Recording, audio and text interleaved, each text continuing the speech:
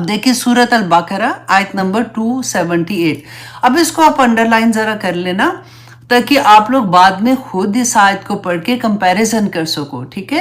اور اس کو انشاءاللہ پھر ہم دیکھیں گے کہ اللہ سبحانہ تعالیٰ نے کیا فرمایا کہ سورۃ البقرہ آیت نمبر 248 کہ اس کی بادشاہی کی نشانی یہ ہے کہ تمہارے پاس وہ تابوت آ جائے گا جس میں تمہارے رب کی طرف سے دلوں کا چین ہے. اب دلوں کے چین کو بھی انڈرلائن کیجئے، ٹھیک ہے؟ کہ اب کون سے اللہ سبحانہ تعالیٰ یہاں پہ کیا بات فرما رہے ہیں کہ اس کی بادشاہی کی نشانی. آپ کو یاد ہے لاسٹ ٹائم جو میں نے آپ کو پوری سٹوری سنائی تھی، طالوت اور جالوت کا قصہ بتایا تھا. جب ان کے جو نبی تھے نا وقت کے، وہ شمول جو تھے، حضرت شمول تھے، ان کے پاس جب ان کی قوم بنی اسرائیل گئی تھی. اب اتنا بڑا سبق ہے نا اس میں، دیکھیں کہ یوشع بن نون کے ساتھ انہوں نے فتح تو کر لیا تھا فلسطین، اور جا کے کیا کیا تھا کہ 12 حصوں میں تقسیم ہو گئے تھے. 12 اپنی قومیں، وہ کیا کہتے، قبیلے بنا لیے تھے.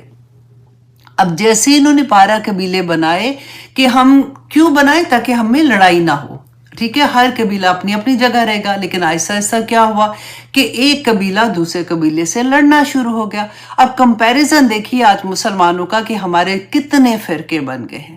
ہر فرقہ دوسرے کو کافر، ہر فرقہ دوسرے کو غلط. بالکل وہی ایگزیکٹلی سٹوری آپ کو یہاں پہ نظر آئے گی. 12 قبیلے بنے، کوئی غلط تو نہیں تھا، مسلمان ہی تھے سارے اس وقت کے بنی اسرائیل، اور نبی بھی تھا ان کے اندر. اب 12 قبیلے جب آپس میں لڑنا شروع ہوئے تو 7 جو ان کے ارد گرد کے لوگ تھے، جو ارد گرد کی قومیں تھی، انہوں نے جب ان کو دیکھا کہ یہ ویک ہو گئے ہیں، انہوں نے حملہ کیا. وہ کون تھے؟ قوم عمالقہ تھی جنہوں نے ان کے اوپر حملہ کیا تھا. اور حملہ جب کیا تھا تو اس وقت ان کی اینٹ سے اینٹ بجا دی، ان کے اوپر اتنے ظلم کیے، سب کچھ تباہ و برباد کر کے. تو یہ جو ان کا تابوت سکینہ تھا نا، یہ اٹھا کے اپنے ساتھ لے گئے. اب ان کے لیے تو وہ مقدس نہیں تھا، ان کو یہ پتا تھا کہ یہ لوگ جو ہے اس کی بڑی کوئی کرتے ہیں، بڑی اس کو مقدس سمجھتے ہیں. جیسے آج کل کے زمانے میں آپ دیکھیں کوئی غیر مسلم جیسے وہ قرآن کی بے حرمتی کرتے ہیں تو ہمیں کتنی تکلیف ہوتی ہے نا. لیکن اس زمانے میں بھی ان کے لیے تو یہ مقدس نہیں تھا. انہوں نے جان بوجھ کے غصے میں آ کے وہ تابوت سکینہ جو ہے وہ کدھر پھینک دیا؟ جو گن کوڑا تھا ادھر انہوں نے اس کو پھینک دیا. اب اللہ سبحانہ تعالیٰ نے اس کے بدلے میں، کیونکہ انہوں نے اس کی بے حرمتی کی تھی، تو ان کے اوپر اتنا مشکل وقت آیا کہ ان کے 5-6 شہر جو وہ بالکل تباہ ہو گئے، اس میں وبا پھیلی ہے. ان کو یہ لگا کہ یہ تو اس وجہ سے جب سے یہ تابوت سکینہ آیا ہے ہمارے پاس، ہمارے تو ان کے لیے یہ ورڈ تو نہیں تھا نا، تو یہ ہمارا ایسا ہو گیا. تو انہوں نے کیا کیا کہ وہ تابوت سکینہ کو جو سواریاں تھی جیسے بنا کے تو اس کے اوپر رکھ کے تو انہوں نے اس کو ہانک دیا اپنے شہر سے دور. تو اللہ سبحانہ تعالیٰ نے فرشتے مقرر کر دیے، 4 فرشتے جو اس کو لے کے طالوت کے جو دروازے تک لے آئے. اب یہاں پہ یہی اللہ سبحانہ تعالیٰ فرما رہے ہیں کہ اچھا، کیونکہ یہ مانتے نہیں تھے طالوت کو. جب یہ حضرت شمول کے پاس گئے اور انہوں نے کہا کہ ہمارا اتنا برا حال ہے، آپ ہمارے لیے کوئی بادشاہ مقرر کر دیں جس کے ساتھ مل کے ہم سارے اب مل کے ہم یہ چھوڑ دیتے ہیں جو ہم نے اپنے آپ کو بانٹ لیا 12 قبیلوں میں، ہم سب مل کے اب حملہ مطلب اپنے دشمنوں کے ساتھ مقابلہ کریں گے. ایک ہی وجہ ہے. اب دیکھیے اگر یہ سارے فرقے بند ہوں گے نا، لوگ کیا کہتے ہیں آپ دیکھیں.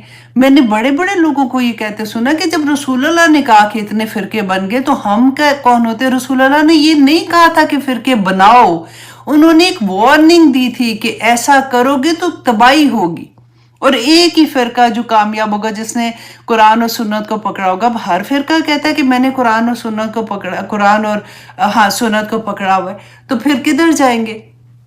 اب دیکھیے کہ ان کو بھی یہاں سے ہمیں کیا سبق ملتا ہے. انہوں نے کہا کہ ہم اکٹھے ہو کے حملہ کریں گے. تو حضرت شمول جو تھے انہوں نے طالوت کو ان کا بادشاہ مقرر کیا. انہوں نے کہا نہیں جی نہیں، یہ کیا مطلب ہے، یہ بادشاہ ہم نہیں ایکسیپٹ کرتے، یہ تو اتنا ہم سے کم ہے اور مال میں کم ہے تو شہرت میں کم ہے، یا جو بھی انہوں نے جس طرح کی بھی ان کی چیزیں تھی. تو اس پر انہوں نے کہا کہ اچھا اگر میں تمہیں ایک نشانی اللہ کی طرف سے بتاتا ہوں کہ یہ جو تابوت ہمارا چلا گیا ہے، گم ہو گیا ہے، یا وہ اٹھا کے لے گئے تھے، وہ اللہ سبحانہ تعالیٰ واپس لے آئیں گے تو تمہیں یقین ہو جائے گا۔ تو جب یہ تابوت واپس آ گیا تھا تو ان کو یقین ہو گیا، تو پھر ان کی سرکردگی میں یہ انہوں نے جنگ کی تھی، اور جب یہ جنگ کی تھی اور سامنے یہ جالوت آیا تھا تو یہ ڈر گئے تھے، تو وہاں پہ حضرت داؤد علیہ السلام اور سلیمان علیہ السلام کی کہانی شروع ہوتی ہے۔ اچھا، اب یہ کیونکہ ہم ابھی تابوت سکینہ کا پڑھیں، اب تابوت سکینہ واپس آ گیا، ان کو اتنا عروج ملا جس کو کہتے ہیں اپنے داؤد علیہ السلام اور سلیمان علیہ السلام کی تو پڑھی ہے نا ہسٹری، انشاءاللہ جہاں پہ آئے گی میں آپ کو اور بھی ڈیٹیل میں بتاؤں گی کہ پوری دنیا میں ان کی حکومت تھی۔ اللہ سبحانہ تعالیٰ نے ان کو نبوت بھی دی اور ان کو دنیا میں بادشاہت بھی عطا کی، اور بے شمار ان کو شہرت ملی اس میں۔ اب کیا تھا کہ آہستہ آہستہ آہستہ آہستہ ان کے اندر پھر سے وہی کمزوریاں آنی شروع ہو گئی، پھر سے ان کے اندر بدعمالیاں شروع ہو گئی۔ تو اللہ سبحانہ تعالیٰ نے ان بدعمالیوں کی وجہ سے ان کے اوپر بخت نصر کو مسلط کر دیا۔ آج آپ دیکھیں ایگزیکٹلی آج آپ دیکھیں، انشاءاللہ پہلے میں وہ صورت کی طرف آؤں گی، آیا کی طرف آؤں گی، پھر میں کمپیریزن کراتی ہوں۔ اب بخت نصر نے کیا کیا کہ وہ جو پورا شہر ہے ان کا حملہ کیا، اینٹ سینٹ بجا دی، وہی مار پیٹ کے، کہتے کوئی ایک جگہ بھی نہیں بچی تھی، اور جو لوگ بچے تھے ان کو اپنے ساتھ وہ غلام بنا کے لے گیا تھا۔ کبھی پڑھ کے دیکھے گا بخت نصر کی ہسٹری، آپ کو پتہ چلے گا کہ ظلم کیا دنیا میں ہوتا ہے، وہاں سے آپ کو پتہ چلے گا کہ کیا کیا تھا۔ کہ کہتے وہ کھوپڑیاں جو تھی نا انسانوں کی، اس سے وہ محل تعمیر کروائے تھے اس نے کہ ان کے ساتھ یہ کرو، اور اس وقت سے یہ جو تابوت سکینہ ہے نا، یہ کہیں گم ہو گیا، جو آج تک نہیں ملا۔ اور یہود جو ہیں وہ آج بھی اس کی تلاش میں ہے۔ وجہ کیا ہے کہ ان کو یہ پتا ہے کہ اگر ہمیں تابوت سکینہ مل گیا تو پھر ہم پوری دنیا پہ حکومت واپس سے کر سکیں گے۔ کیوں ایسے کہتے تھے؟ کیونکہ تابوت سکینہ جو ہے نا، یہ اللہ سبحانہ تعالیٰ کی طرف سے آدم علیہ السلام پر نازل ہوا تھا۔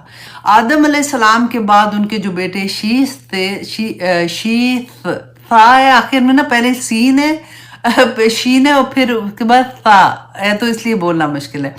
ان کے پاس تھا، ان کے پاس سے ہوتا ہوتا یہ حضرت یعقوب علیہ السلام کے پاس آیا، حضرت یعقوب سے حضرت موسیٰ علیہ السلام، کیونکہ ہسٹری میں بتا چکی ہوں اس لیے میں آگے فارورڈ جا رہی ہوں۔ حضرت موسیٰ علیہ السلام جب وادی تیہ میں تھے نا، تو انہوں نے کیا کیا کہ ایک خیمہ بنایا جس میں وہ جو وادی تیہ میں لوگ تھے وہ عبادت کرتے تھے۔ اس خیمے میں انہوں نے ایک جگہ بنائی تھی، ایک چھوٹا سا پلیس تھی جہاں پہ انہوں نے یہ تابوت سکینہ رکھا تھا۔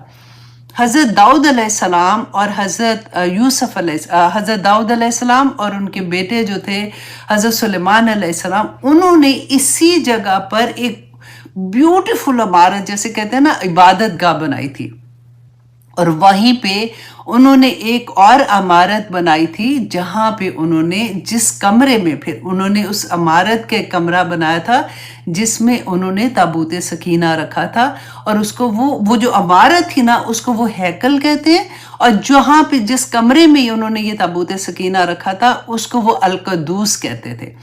اچھا، اب یہاں پہ کیا ہوتا تھا کہ جب بھی ان کے اوپر کوئی مشکل وقت آتا تھا تو یہ کیا کرتے تھے، اس تابوت سکینہ کو سامنے رکھتے تھے اور اللہ سبحانہ تعالیٰ سے اس کو وسیلہ بنا کے دعا کرتے تھے، کیونکہ اللہ سبحانہ تعالیٰ نے فرمایا کہ ان کے دلوں کا سکون ہے اس کے اندر، تو ان کو اس سے سکون ملتا تھا۔ اگر کوئی قوم جنگ کے لیے آتی تھی تو اس کو سامنے رکھ کے دعا کرتے تھے تو ان کو مطلب مضبوطی آ جاتی، بہادر ہو جاتے تھے کہ ان کو کسی سے پھر ڈر نہیں لگتا تھا۔ تو یہ اللہ کا کیونکہ ان سے وعدہ تھا۔ اب یہ تابوت سکینہ کیونکہ ان سے گم ہو گیا ہے تو آج تک وہ اسی کو ڈھونڈتے ہیں۔ ان میں سے ڈفرینٹ بھی ملتے ہیں ہسٹری جب آپ پڑھتے ہیں کہ ان کا یہ خیال ہے کہ یہ جو ابھی بیت المقدس اس کو کہتے ہیں، اس کے اندر کہیں پہ وہ دفن ہو گیا، کیونکہ بخت نصر جب گیا تھا نا وہاں سے فلسطین سے، تو اس نے ایک ایک چیز کہتے وہ بنیادیں بھی اکھاڑ کے رکھتی تھیں کہ ان کو یہ بھی نہ پتہ چلے کہ کدھر کیا چیز بنی ہوئی ہے، تو اس لیے وہ سارا تو شہر ختم ہو گیا تھا۔ تو آئیے اب ہم واپس آتے ہیں کہ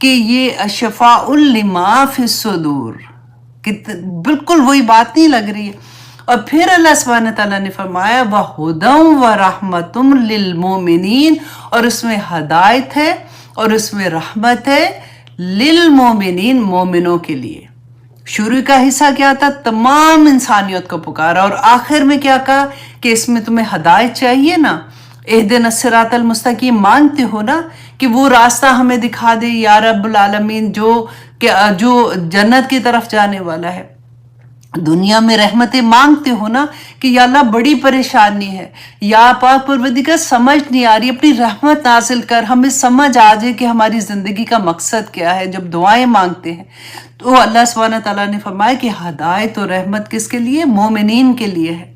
اور اس آیت میں جا کے دیکھیے کہ اللہ سبحانہ تعالیٰ نے پھر وہ جو بنی اسرائیل ان کو کہا بے شک اس میں تمہارے لیے بڑی نشانی ہے اگر تم ایمان والے ہو. تو وہ تابوت سکینہ آج ہمارے پاس قرآن کی شکل میں ہے. اسی میں سکون ہے، اسی میں کامیابی ہے، دنیا میں عزتیں اس میں ہے، آخرت میں عزتیں اس میں ہے. قرآن کو چھوڑیں گے تو دیکھیں قرآن پاک میں اللہ سبحانہ تعالیٰ نے فرمایا کہ مہجورہ کا لفظ ہے، کہ قرآن اللہ سبحانہ تعالیٰ کو the day of judgment کہے گا کہ یا پاک پروردگار انہوں نے مجھے چھوڑ دیا تھا. قرآن ہمارے لیے شفاعت بنے گا، اور رسول اللہ صلی اللہ علیہ وسلم نے فرمایا تھا کہ اس کی شفاعت قبول کی جائے گی، اور جس کی شفاعت قبول کی جائے گی وہی اللہ سبحانہ تعالیٰ سے کہہ رہا ہے کہ یا پاک پروردگار انہوں نے مجھے چھوڑ دیا تھا. تو کدھر جائیں گے؟ اللہ اکبر. بس اللہ سے دعا کرے کہ آج ہمیں اپنے تابوت سکینہ کی سمجھ آ جائے، تاکہ ہم یہ بات کو سمجھ سکے کہ اس دنیا میں کامیابی حاصل کرنے کے لیے اس قرآن کو دیکھنا پڑے گا، سمجھنا پڑے گا، عمل کرنا پڑے گا، کیونکہ یہ قرآن پاک is a way of life. اگر ہم اس کو نہیں سمجھیں گے، اس کی ایک ایک لفظ پہ، ایک ایک حرف پہ ہمیں 10 نیکیاں ملتی ہیں. یہ اس کا سائیڈ افیکٹ ہے، ہمارے دلوں کا سکون ہے، ہمارا چین ہے. اس کو چھوڑ کے ہم بالکل آج ذلیل و خوار ہوئے کہ نہیں ہوئے؟ میں اور آپ اپنے آپ کو دیکھیں کہ قرآن پکڑا بھی ہوا ہے، کیا پڑھنا آتا ہے ٹھیک طرح سے؟ باقی کوئی لینگویج سیکھنے کے لیے تو ہماری جان چاہے کہ اگر انگلش کا ایک لفظ غلط پڑ جائے، بول جائیں تو شرمندگی ہونی شروع ہو جاتی ہے. بچے کریکٹ کرنا شروع ہو جاتے ہیں کہ ماں یہ کیا بول رہے ہو. اور ایک قرآن ہی کی لینگویج کو سمجھو، اللہ سبحانہ تعالیٰ سمجھتے ہیں میرا کیا مطلب ہے. میری کوشش کچھ نہیں ہونی، بس جو پڑھ لیا بس ٹھیک ہے، اللہ کا شکر ہے اتنا بھی کافی نہیں ہے کہ پڑھ لیتی ہوں. اللہ اکبر. تو چلیے اب ہم آتے ہیں اپنے سبق کی طرف. ہم کر رہے تھے سورہ یونس آیت نمبر 75، اور ہم یہ دیکھیں گے کہ اس میں ہمارے لیے ایک ایک آیا میں آنیسٹلی اتنے سبق ہیں کہ اگر ہم سمجھنے والے ہو جائیں، اگر ہم سیکھنے والے ہو جائیں تو اللہ سبحانہ تعالیٰ ہماری ایک آیا ہی ہماری زندگی بدلنے کے لیے اور نجات کے لیے کافی ہو جائے گی. اعوذ باللہ من الشیطان الرجیم، بسم اللہ الرحمن الرحیم. آیت نمبر 75. اب ہم دیکھیں گے کہ اس میں اللہ سبحانہ تعالیٰ نے کیا فرمایا کہ ثم بعثنا من بعدہم موسیٰ و ہارون، پھر بھیجا ہم نے من بعدہم ان کے بعد موسیٰ اور ہارون علیہ السلام کو. اب یہاں پہ بعدہم کو دیکھیے کہ بعدہم کس کے بعد، کہ ہم نے پہلے بھی یہ آیا پڑھی تھی آیت نمبر 74 میں ثم بعثنا من بعدہ رسلا. تو اس میں کیا ہم نے دیکھا تھا کہ اس کے بعد جو جیسے اور نبی آئے تھے، جیسے حضرت ہود علیہ السلام، حضرت صالح علیہ السلام، حضرت ابراہیم علیہ السلام، حضرت لوط علیہ السلام، حضرت شعیب علیہ السلام، جو پورے آتے جا رہے تھے. تو اللہ سبحانہ تعالیٰ نے فرمایا کہ ان کے جتنے بھی نبی آ رہے تھے اللہ سبحانہ تعالیٰ کی طرف سے ان کے لیے ہدایت لے کے آ رہے تھے. تو لیکن جن لوگوں نے نہیں مانا ان پہ اللہ کا عذاب آیا تھا، اور جنہوں نے مانا اللہ سبحانہ تعالیٰ نے ان کو کامیابیاں عطا کر دی. اب پھر کیا ہوا تھا کہ موسیٰ اور ہارون کو کہاں پہ بھیجا؟ بنی اسرائیل پہ بھیجا تھا. ٹھیک ہے، ان کے اوپر ان کے نبی آ رہے ہیں. دونوں نبی الا فرعون، یہ کس کی طرف آئے ہیں؟ ابھی فرعون کی طرف. اور یہ نبی کس کی طرف آئیں گے؟ بنی اسرائیل کی طرف.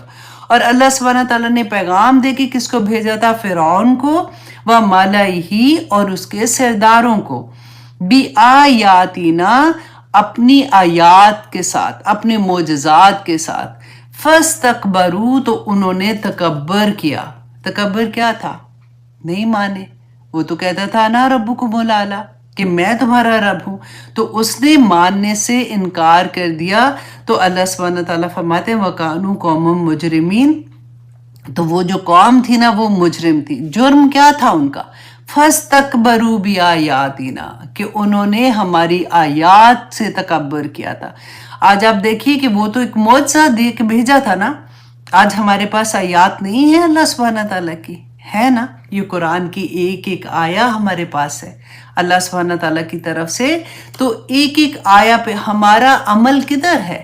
ہم کیا قرآن کے مطابق عمل کرتے ہیں؟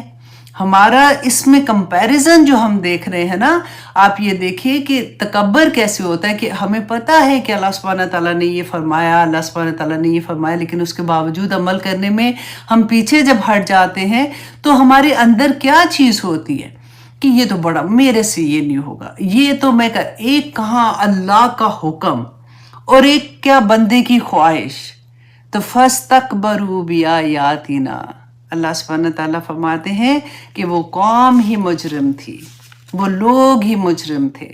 تو آج ہم اپنے آپ کو اسی اینگل سے دیکھیں گے، اور آپ دیکھیے کہ اس میں تکبر کے بارے میں پڑھ رہی تھی، جو میں آپ کے ساتھ تھوڑا سا شیئر بھی کر دیتی ہوں کہ تکبر آخر کیا ہے آج کے دور میں۔ ہم تو فرعون نہیں ہیں، ہمارے پاس تو یہ بات نہیں، تو اللہ سبحانہ تعالیٰ اگر فرعون کو کہہ رہے ہیں تو وجہ کیا ہے کہنے کی کہ تکبر کیا تھا؟ تو تکبر کس اینگل سے ہم دیکھ سکتے ہیں کہ کہیں میری ذات میں تو وہ نہیں ہے۔ رسول اللہ صلی اللہ علیہ وسلم نے فرمایا، آیت نمبر صحیح بخاری 4918، رسول اللہ صلی اللہ علیہ وسلم نے فرمایا کہ کیا میں تمہیں دوزخ والوں کے بارے میں نہ بتاؤں کہ ہر وہ بندہ جو برے اخلاق والا ہے۔ اللہ اکبر، برے اخلاق والا۔ بعض لوگوں کا اخلاق اتنا برا ہوتا ہے آنیسٹلی، حالانکہ مسلمان ہے لیکن ایسا ہوتا ہے کہ اس کے تو منہ ہی نہ لگو۔ اکثر یہ بات آپ کے منہ سے نکلتی ہے نا، نہیں اس کے تو منہ ہی نہ لگو، یہ تو بےزتی کر دے گا، اس کو تو یہ بھی نہیں پتا کہ کہاں پہ کیسی بات کرنی ہے۔ بعض لوگ اتنے اریٹیٹنگ ہوتے ہیں اور اتنے فورس کے ساتھ سامنے آتے ہیں کہ بندہ اپنے آپ کو اپنی، وہ کہتے ہیں نا جس کو کہ اپنی عزت ہی بچاتا رہ جاتا ہے، وہی بات رسول اللہ نے فرمایا، برے اخلاق والا اور تکبر کرنے والا، اللہ اکبر، کہ وہ لوگ ہیں جو دوزخ والے ہیں۔ اب پھر بخاری کی حدیث 5783، رسول اللہ، غور سے سنیے گا، رسول اللہ صلی اللہ علیہ وسلم نے فرمایا کہ اللہ سبحانہ تعالیٰ قیامت کے دن اس شخص پر نظر رحمت بھی نہیں ڈالے گا۔ اللہ سبحانہ تعالیٰ اس شخص پر نظر رحمت بھی نہیں ڈالے گا جس نے تکبر اور غرور کا لباس پہنا، جس نے تکبر اور غرور کا لباس پہنا۔ آپ اس کو تھوڑا سا اگلی حدیث سے تھوڑا سا اور سمجھ آئے گی۔ یہ مسلم کی حدیث ہے 2085۔ اللہ اکبر، رسول اللہ صلی اللہ علیہ وسلم نے فرمایا کہ جو شخص تکبر سے کپڑا گھسیٹ کر چلتا ہے، قیامت کے دن اللہ اس کی طرف نظر تک نہیں فرمائیں گے۔ کپڑا گھسیٹ کے چلتا ہے۔ آپ آج دیکھیے کہ اکثر کیا برائڈل کے ڈریسز میں آپ ذرا دیکھیے، اتنا لمبا برائڈل کا ڈریس پیچھے سے چلتا آتا ہے، اور یہ کیوں کرتے ہیں کہ ایسے کپڑے ہونے چاہیے کہ کسی اور کے ایسے نہ ہو۔ اس شان سے میں جاؤں کیونکہ میری شادی ہے، میں دلہن ہوں، کہ لوگ دیکھتے ہی رہ جائیں۔ وہ تو دلہن ہے نا، اس کو چھوڑیں، پھر ہم اپنے کپڑوں پہ آتے ہیں۔ میں تو آخر دولہے کی ماں ہوں، دلہن کی ماں ہوں، میرے کپڑے ایسے ہونے چاہیے، میں ایسے، ہر ایک ماشاءاللہ، مطلب ہر ایک تو نہیں کرتا، میں صرف آپ کو وہ ورڈز بتا رہی ہوں۔ اللہ نہ کرے یہ کوئی تانا نہیں ہے کہ اگر کہیں ہمارے اندر ہے تو یہ بہت بڑی بات ہے نا کہ اللہ سبحانہ تعالیٰ رحمت کی نظر بھی نہیں ڈالیں گے۔ اور یہ پتہ ہے کیا، آنیسٹلی پتہ بھی نہیں چلتا کہ دل کے اندر کہیں شیطان یہ کمبخت یہ ڈال دیتا ہے کہ میں ایسی لوگوں، میں ایسی لوگوں، میں ایسے لوگوں۔ بہت سے آدمی اور عورت دونوں کے لیے ہے۔ حضرت ابوبکر صدیق نے رسول اللہ کو کہا تھا جب یہ والی حدیث کے بعد کہ کئی دفعہ ایسا ہوتا ہے کہ میری تہمت جو باندھتے ہیں نا تو اس کا کونا جو ہے وہ زمین پہ لٹک جاتا ہے، تو رسول اللہ صلی اللہ علیہ وسلم نے فرماتا ہے کہ اے صدیق تو ان میں نہیں ہے، کیونکہ دل میں تکبر نہیں ہے. مطلب تم اس لیے نہیں کر رہے ہو کہ میں بتاؤں کہ میری شان کیا ہے یا میرے جیسا کوئی اور نہ لگے. یہ بڑی بات ہے سوچنے کی. اور پتہ ایک اور میں پہلے حدیث آپ کے ساتھ شیئر کر دوں کہ یہ مسلم کی حدیث ہے، 91 انٹرنیشنل نمبر ہے اس کا، کہ رسول اللہ صلی اللہ علیہ وسلم نے فرمایا کہ جس کے دل میں رائی کے دانے کے برابر بھی تکبر ہوگا وہ جنت میں داخل ہی نہیں ہو سکتا. تو پھر اسی لیے اس چیز کو تو نکالنے کی ضرورت ہے نا کہ ہمیں یہ سمجھ آئے کہ اللہ اکبر نہیں، تکبر نہیں کرنا. تو آپ ایک پھر ٹیسٹ کرتے ہیں، جب بھی کبھی ایسی چیز ہوتی ہے نا، آپ ہمیشہ اپنے آپ کو اس ٹیسٹ میں لے کے آیا کریں. آپ دیکھیں کہ اللہ اکبر کہیں ایسا تو نہیں میں ایسے کر رہی ہوں تو یہ، کیونکہ اکثر ہمیں یہ لگتا ہے نا وے آف لائف بن جاتی ہیں چیزیں، اور ہمیں لگتا ہے نہیں ہم تو ایسا نہیں کر رہے ہیں، ہے نا. تو پھر ہم ایک ٹیسٹ سے اپنے آپ کو گزاریں. نمبر یہ کہ اگر آپ کو کسی نے یہ کہا کہ بیٹا، اچھا اب دیکھیے وہاں پہ جو تھا نا کہ لباس لٹکنے کا، یہ وہ آدمی جو ہے نا ان کے لیے کیا حکم ہے کہ ان کے ٹخنے، گھٹنے اوپر، ٹخنے، ان کے ٹخنے جو ہے وہ نظر آنے چاہیے. مطلب ٹخنوں سے نیچے ان کا جو بھی اگر تہمت باندھی ہے یا انہوں نے ڈریس پہنا ہے یا جو بھی ان کا ہے تو وہ نظر آنے چاہیے، ہے نا. عورت کے لیے اس کو کور کرنا ہے، عورت کا سطر ہے وہ، ٹھیک ہے. اگر وہ اس کا کور نہیں ہوتا تو اس کو گناہ ہے، اور آدمی کا اگر کور ہوتا ہے تو گناہ ہے. یہ بات تو آپ سب کو پتہ ہے نا، اٹس ویری کامن. اور آج کا کمبخت کیپریز ایسی آئی ہیں کہ کسی کا پورا انہوں نے میک شور کیا ہوا ہے، جو بھی انڈسٹری ہے اور ان کا کیا مطلب وہ چاہ رہے ہیں کرنے کے لیے کہ کسی طرح سے یہ ایک چیز ہو جائے کہ ان کو ہمارے جو فیشن ہے اس کے اندر وہ اتنا انڈلج ہو جائیں کہ ان کو یہ احساس ہی نہ ہو کہ وہ کتنا ہر وقت گناہ پورے وقت گناہ کی حالت میں ہے. تو آپ دیکھیے کہ اگر فار ایگزامپل بچی ہے، عورت بھی ہے، بچی تو چھوڑے تو آنٹیوں کی بات، چلے ہم اپنی بات کرتے ہیں کہ ہم کسی پارٹی میں گئے ہیں اور ہم نے جو کپڑے پہنے، لمبی قمیض بھی پہنی ہوئی ہے، فل سلیوز بھی پہنے ہوئے ہیں، نیچے جو پینٹ پہنی ہے وہ ہم نے کیپری پہنی ہوئی ہے. پینٹس آج کل پاکستان میں تو مارکیٹ میں جو کوئی پراپر پینٹ ہی نہیں ملتی ہے نا. پینٹ مینس کہ وہ جو پجامہ شلوار قمیض کے ساتھ ہوتا ہے. تو اب کیپری پہنی ہوئی ہے، نماز کا وقت ہے. ایک آنٹی بیچاری میرے جیسی کوئی بیٹھ کے تو انہوں نے کہا کہ جی بیٹا یہ تو سطر کمپلیٹ نہیں ہوتا، تم نماز پڑھ رہی ہو تو وہ پھر کیا ہوگا. ان کا تو عادت ہی یہ ہے. ایک تو ہر جگہ پہ ایسی آنٹیاں کمبخت آ کے ہمارا بھی پارٹی خراب کر دیتی ہیں. یہ تو کمبخت میں ویسے بول رہی ہوں نا. مطلب کوئی بھی آپ اپنے دل کا حال اس لہجے میں پھر آپ اپنے دل کا حال دیکھیں، کیونکہ جس کے دل میں رائی کے برابر بھی تکبر ہو. تکبر کیا ہے کہ مجھے نہیں پتا، یہ ان کو کیا پتا فیشن کا، ان کو کیا پتا ایک پینڈو سی آنٹی اور آ کے میری جان کھا رہی ہے. سوچئے گا. نمبر 2 یہ کہ اگر ہمارے کسی غریب رشتہ دار نے ہمیں انوائٹ کیا ہے، ان کے گھر میں شادی ہے، اس نے انوائٹ کیا، اور کسی امیر رشتہ دار، ہم مڈل میں ہیں، ٹھیک ہے، ان کی طرح سے انوائٹ آتا ہے، تو ہمارے دل میں کیا چیز آتی ہے؟ ایک لالچ ادھر جانے کے لیے، اور ادھر کیا جانا ہے. اچھا پیسے بھیج دیتے ہیں، اگر بہت بھی ہوا نا پیسے بھیج دو، کوئی چیز بھیج دو، بس کہنا بہانہ کر دینا میں نے نہیں آنا، میرے پاس اب اتنا ٹائم ہے کہ اب سارا وقت ایسے ہی کرتے رہو، ہے نا. نمبر 3 یہ کہ اگر ہمارے بچے، اللہ سبحانہ تعالیٰ کرے کہ ہمارے سب کے بچے ایسے ہوں، اگر ہمارے بچے ہمیں آ کے کہتے ہیں، کیونکہ آج کل تو میڈیا ہے اور وہ جان بھی لیتے ہیں، اور ایسے بچے جو بہت ماشاءاللہ جاننا چاہتے ہیں، وہ آ کے ہمیں کہتے ہیں کہ مام جو آپ کر رہے ہو نا this is not right. For example صدقہ دینے میں ہمیں پرانے زمانے کی عادت ہے نا، ہماری مائیں 7 دفعہ کر کے تو پھر صدقہ دیتی تھی. اب آپ کر رہے ہو، آپ کا بچہ کہتا ہے mom this is not right, don't do this, یہ تو مطلب یہ غلط ہے، اسلام میں ایسا نہیں ہے، کوئی بھی ایسی چیز. اور آپ سوچیں مجھے بتائے گا یہ، تو پھر کیا ہوتا ہے کہ بدتمیز ہو گیا بچہ.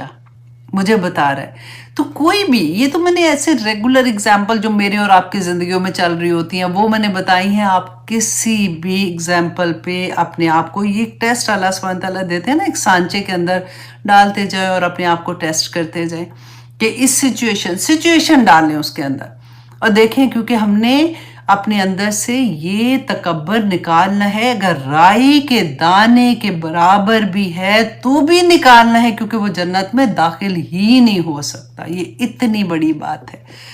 تو اللہ اکبر. تو آئیے جناب ہم واپس آتے ہیں کہ ہارون اور موسیٰ کو موسیٰ علیہ السلام کو اللہ سبحانہ تعالیٰ نے فرعون کی طرف اور اس کے سرداروں کی طرف بھیجا تھا، کیونکہ آیات لے کے جو اللہ سبحانہ تعالیٰ نے ان کو معجزات دیے تھے اس کے ساتھ، تو انہوں نے اس کو نہیں مانا، ان کو تکبر کیا. فَلَمَّا جَاءَهُمْ، تو جب آیا ان کے پاس الحق، حق، من عندنا، ہماری طرف سے، قالو، تو انہوں نے کہا، اِنَّ هَذَا لِسَحْرٌ مُبِينٌ، کہ یہ تو کھلا جادو ہے. اب کیوں کہا انہوں نے یہ کھلا جادو ہے؟ کیونکہ وہ یہ چاہتے تھے، اس زمانے میں جادو کا بڑا رواج تھا. جادو کیا تھا کہ دکھایا، ایک کرتب دکھانا جیسے کہتے ہیں، دکھایا جی اب کبوتر نکل کے باہر آ گیا ہے تو اب دیکھو، یا تو کچھ بھی نہیں تھا تو یہ زندہ ہو گیا، تو یہ چلا گیا، تو کرتب دکھا رہا. تو انہوں نے کہا کہ یہ جو، کیونکہ ان کے پاس دو اللہ سبحانہ تعالیٰ نے معجزات دیے تھے نا، ایک عصا تھا اور دوسرا وہ جو ید بیدا، جیسے ہاتھ ڈالو باہر نکالو تو چمکتا ہوا نظر آئے گا. وہ دو اللہ سبحانہ تعالیٰ نے ان کو معجزات دیے تھے. اور معجزات ایسے کیوں دیے تھے؟ کیونکہ ہر نبی کو اللہ سبحانہ تعالیٰ نے جو معجزہ دیا تھا نا، وہ اس زمانے میں جو چیز ان کی بہت زیادہ ایسا ہوتا تھا کہ یہ تو جیسے ترقی میں بہت بڑی چیز ہوتی تھی. جیسے حضرت عیسیٰ علیہ السلام کے زمانے میں طب کا زمانہ تھا، لوگ بہت انہوں نے ترقی کر لی تھی، تو اللہ سبحانہ تعالیٰ نے اسی کو کاؤنٹر کرنے کے لیے معجزات دیے تھے.